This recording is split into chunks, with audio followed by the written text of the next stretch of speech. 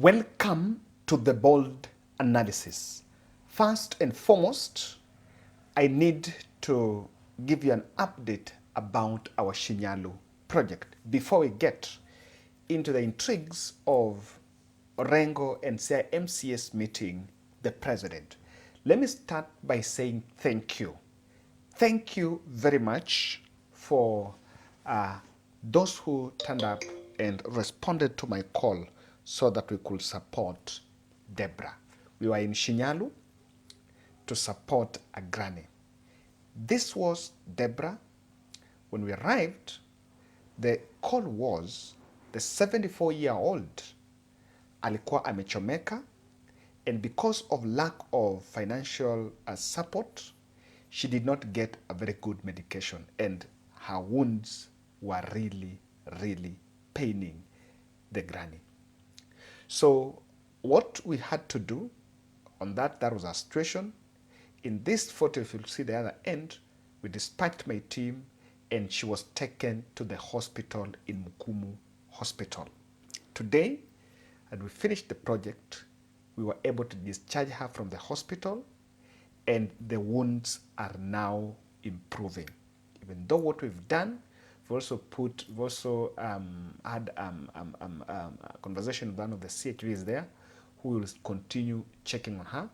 Now, the plan is when the wounds dry and now she completely dry and she gets well, then they will pick up the rest of medication that is needed for epilepsy. They said the two could not run along, but we have paid for SHA full year for Deborah. So when she visits the facility, she's not going to be asked even a coin. Apart from this, Deborah did not have a house, and this was her house. And as I mentioned to you, she was forced to go and stay with her grandchild. And then there was a need for a house. As we leave, we managed to construct the house for Deborah, as you can see on this end. And so, of course, wameboma kuweka mchanga, and my team are still coordinating with the guys at the other end so that they will tandaza and make the floor and make it now habitable before she finally moves there. And I want to say thank you. Yeah, one of the relatives there actually came and gave us kuku, ingoho, and ndizi. And I want to say thank you to Mumulembe Nation. I think thank you. Thank you to the county government. They offered a job to one person from that family. And Menilisha. By the way, I have a big team. I have a big team of 6. Yes.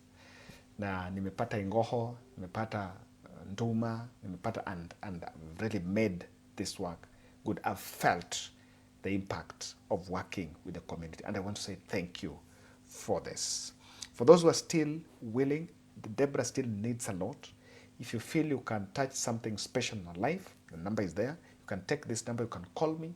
I'll be able to coordinate you with the team on ground, the social workers, so that you can extend. If you need to take something special, you need to do something, your boma bado iko tu hivyo, you can do something, you can still reach out, and I will connect with my team so that you can still be a blessing to her.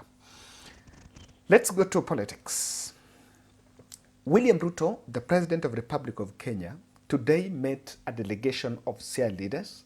This meeting was supposed to happen 2 weeks ago from reliable sources, but it was postponed after Orengo wrote a protest letter because the meeting had initially been organized by Oburu Dinga and Opie Wandai Axis, but Orengo protested against that decision because the president was allegedly supposed to meet the MCS. So this meeting there's been a contention about this meeting. So today, Orengo, with a delegation of MPs from Siaya County, Atandi from Alego Usonga, I did not see David there, but someone can confirm whether David was there. There was Game, Elisha, there was Chanda from Bondo, and there was Raria the guy, Otiende Amolo, I think those are captured, who then went there with a host of MCS.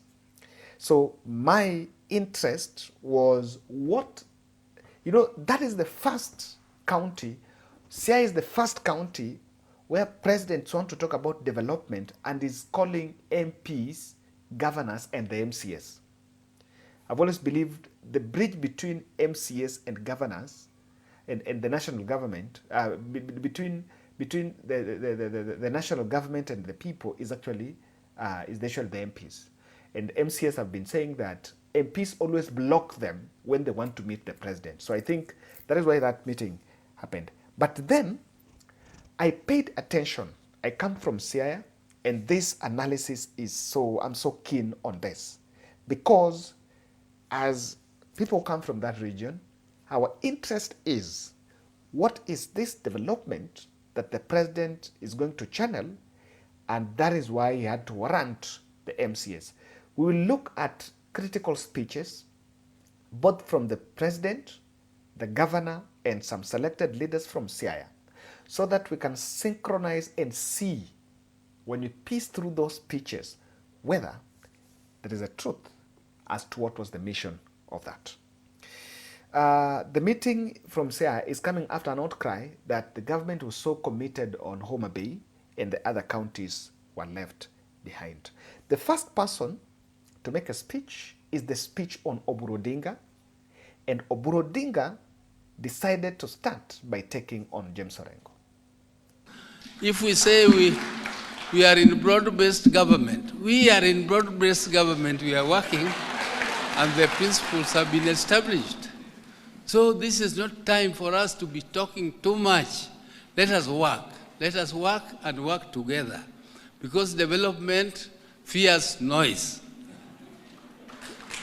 This thing called capital is a flighty bird, and it can fly from you and land elsewhere very easily, because there are many people who also want the same things you want.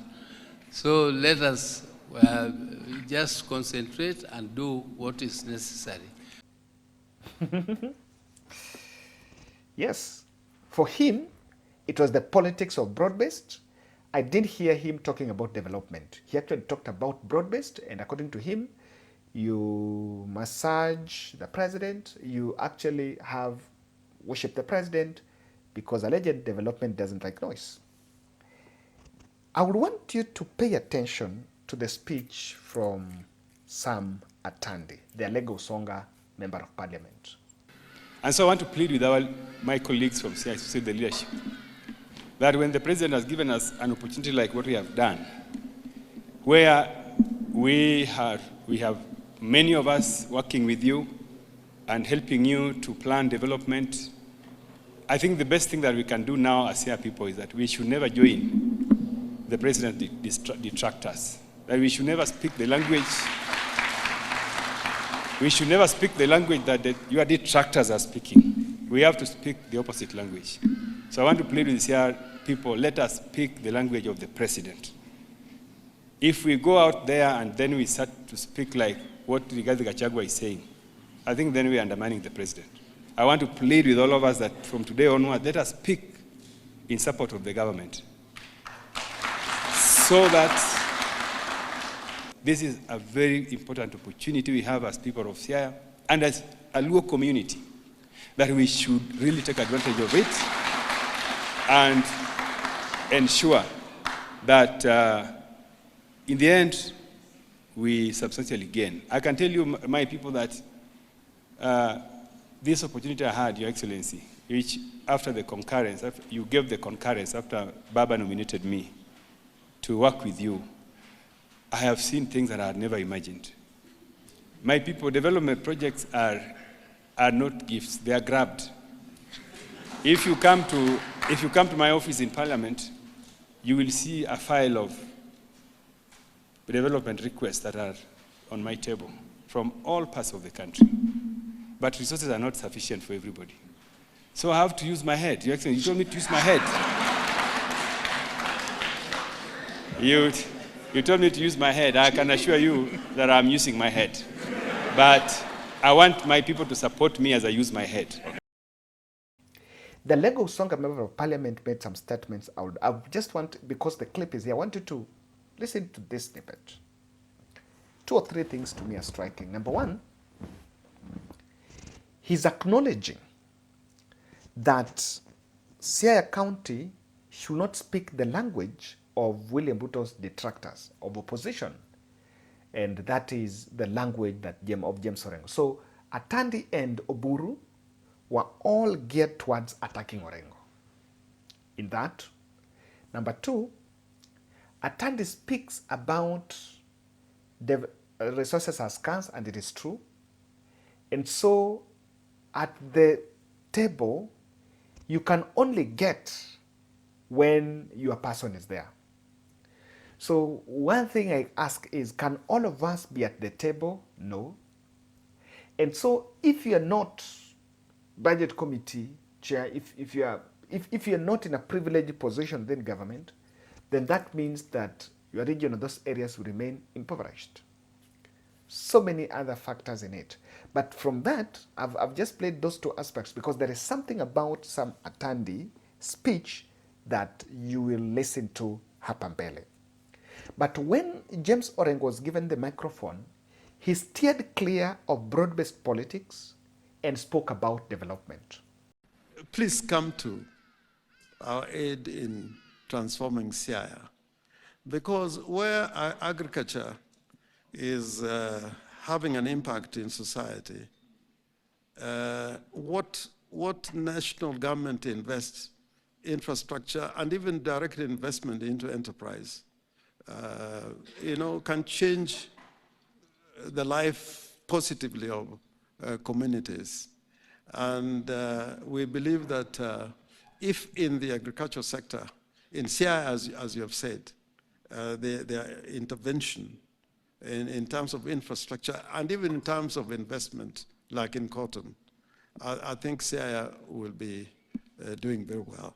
And when we are talking about agriculture, we are excited and blue economy, because for impactful and positive transformation, we think agriculture and the blue economy is key to Siaya. And by the way, Siaya used to grow coffee. And we were very happy to receive your minister or cabinet secretary, Mr. Oparanya. He came and had a session with the farmers. We used to have farmers in Siaya called better farmers who used to go Robusta coffee. Now, issues of marketing and brokerage brought coffee farming to an end. It collapsed. But coffee was being done in Siaya. Cotton used to be done in Siaya, and it collapsed. Agriculture and the blue economy has a major role to play in the transformation of Siaya as a county. And therefore, we'll walk this journey with you to make sure that that objective is attained. Out of 175 facilities in Siaya, we have registered 163. And I need to say, I'll be burying my head in sand if I say that Siaya is developed. But there is a question of what is development. Amongst these Nyanza counties, it is true, Siaya is the least developed. It is true. Yeah, we are not doing well because of other factors, complex other factors. And I've been saying, while I defend Orengo against malicious impeachment, but when it comes to development, Orengo is indefendable. Defend himself. So his decision to steer off then was to disarm the characters, the other people that were out to attack him. But I paid attention to the president's speech, there are two factors President Ruto spoke about. Number one, he spoke about broad-based. The broad-based is God-sent. Now, those speeches from Oburu, Atandi, and the president of that level are actually pursuing broad-based. Then, what we were waiting for is development. And at this point, I just want us to read this article by Nation. Nation were quick to read this, to do this story. Orengo State House visit unlocks multi-billion projects. That is allegedly the headline. And this is the multi-billion projects. especially key areas. He said the government will build 16 markets in the county at 2.5 billion. That is what Nation is reporting. Another 1.6 billion has been set aside for the last mile program to connect a total of 16,000 households. I put this screenshot because there is something I want you to get in it. 2.5 billion for markets, 1.6 billion set aside for electricity. On the expansion of Edera Kango University, the President Ruto said the government will finalize the plan to acquire more land for the institution. I don't know, the land is supposed to be given by the county. And then I think there is also something on fish power. 1 billion investment in blue economy, including Usenge Paya and attendant port facility at 600 million, as well as fish market at 400 million. Okay, not bad. Did it take, did this need MCS? Did this need Orengo to go and kneel? And then you want the country to celebrate? This is what some of us are against. What looks like favor. But let's also not go hard on that. I want you to just get why some of us raise so questions. Listen to the president's speech on markets. And we are going to spend, just in the construction of those hostels for our students in the university and in our TVETs, another 2.5 billion. Already they've been advertised, and we are moving on. We have also 16 markets in Siaya. We have 5 that are ongoing. We have 4 that have been advertised. And we have the big markets. We have a big market in Siaya town. We're going to have a big market in Bondo. We are going to have another big market in another two major municipalities, which we are going to agree with the county government where. And we have committed in total about 2 billion shillings to do your markets. So a total of 16 markets, 4 large markets, or we are calling municipal markets, that will cost us anywhere around between 300 and 500 million, and another 12 markets that that are ESP markets. According to the president, 2 billion have been set aside for those markets. Nation is talking about 2.5 billion. I don't know who is saying the truth. Now, 16 markets in Siaya, and I would want the people from Siaya, nyinyi ndio mnaweza kutusaidia. According to what the president have said, there are 5 ongoing markets. 4 are already advertised, 2 big ones in Bondo and Siaya. I don't know where the one in Siaya, someone who knows, I will be in Siaya tomorrow. I will try to ask. By the way, if I get an answer, I will come here and tell you. So, which one is in Bondo and which one is in Siaya? Where specifically? I would want to know. Then these 4 markets that are big ones are supposed to go at 400 million. So will 2 billion build 16 markets? Question. And I see something interesting. I am seeing the state talking about markets. 400 million for markets, 200 million for what and what. My question is, what is the business, what is the economic promotion value of this? Or we're just putting on fiscal infrastructures to excite the eyes of the masses, and people call it development. In real sense, when we were just listening to this, someone told me, so what are they going to sell in those 16 markets? Where I say? We should start thinking on that, because some of those projects looks like just gaslighting. Let's look at the market math. I don't know, 2 billion to build 16 markets and 4 big ones, each one of them costing 400. You can do your mathematics. The one on electricity. Atandi is asking the president to allocate 1 billion for Siaya. The president is saying, and is asking the president to allocate. Ndio sasa, Atandi is the budget chair. The president is saying 1.5 billion have been set aside to help 16,000 households connected to electricity. Which one is which? On energy, under your direction, you instructed me to provide for affirmative action allocation to energy. And I wish to confirm to you that we have we have an allocation of 5 billion shillings. That is just for affirmative action. Our county, which is Siaya, is poorly covered under electricity. I wanted to plead with Your Excellency that under that allocation, you authorize the minister here that maybe we spend about $1 billion in Siaya only. The other thing that I want to mention to you is our rural electrification program under my brother Opio here. He has 1.6 billion for Siaya at the moment. We are targeting at least 16,000 people, homesteads actually, not people, homesteads. We have another 550 million, which we are negotiating. Shortly, we will make that money available because we want to push the numbers to about 21,000 households. This is between now and early next year, and then we are negotiating additional resources from different sources. We have agreed with Waziri on how we are going to go about that. And then we just, as you are aware, we have had to look for alternative sources.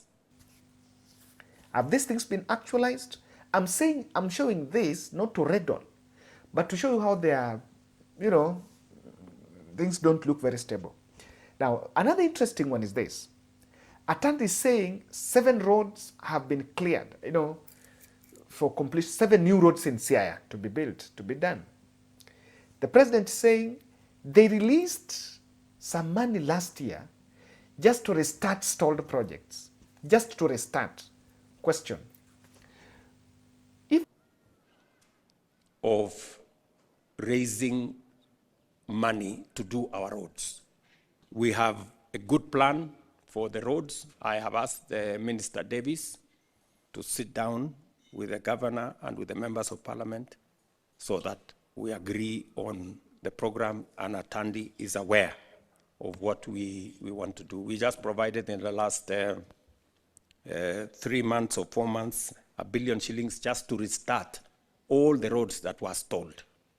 So we have paid many of the contractors that are stalled.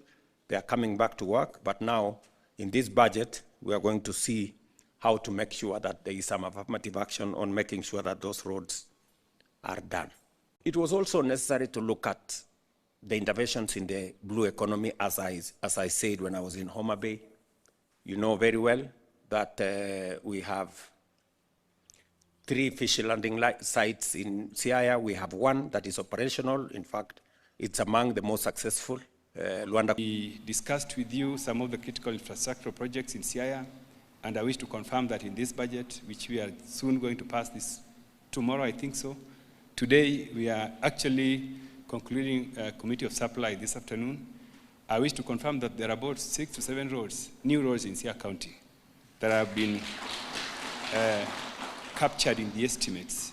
Your Excellency, on blue economy, I want also to confirm to Siaya people that we have about 2.5 billion shillings, specifically for the Lake Victoria counties, Homa Bay, Migori, Siaya, that is going to support our fisher folks.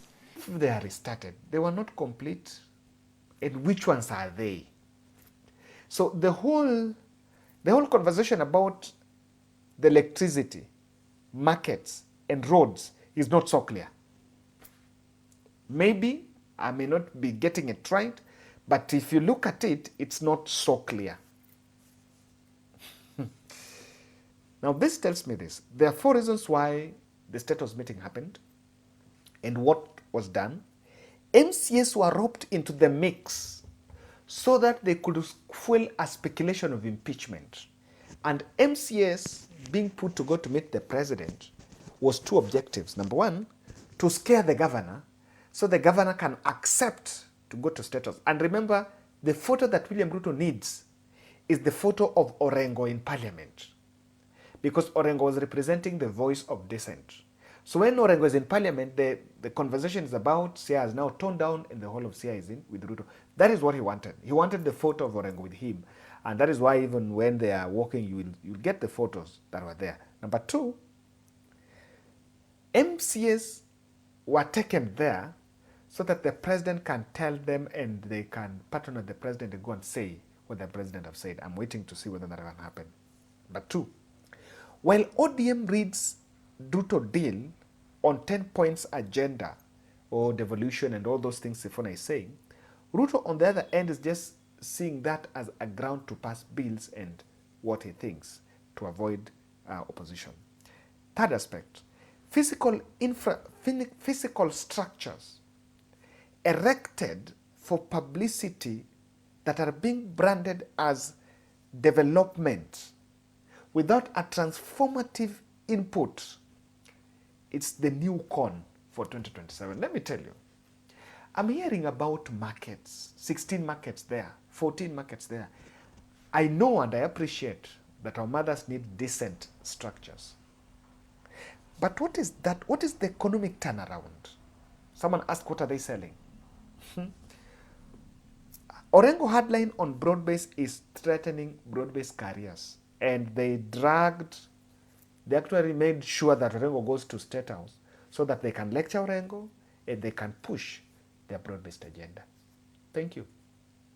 If you want to know that, these MCAs, I saw them at Atandi's office, the budget chair. Of course, they were so excited of coming to Nairobi, the budget chair. Maybe that's why they were enumerated, you never know. Haya bwana, tuone kesho.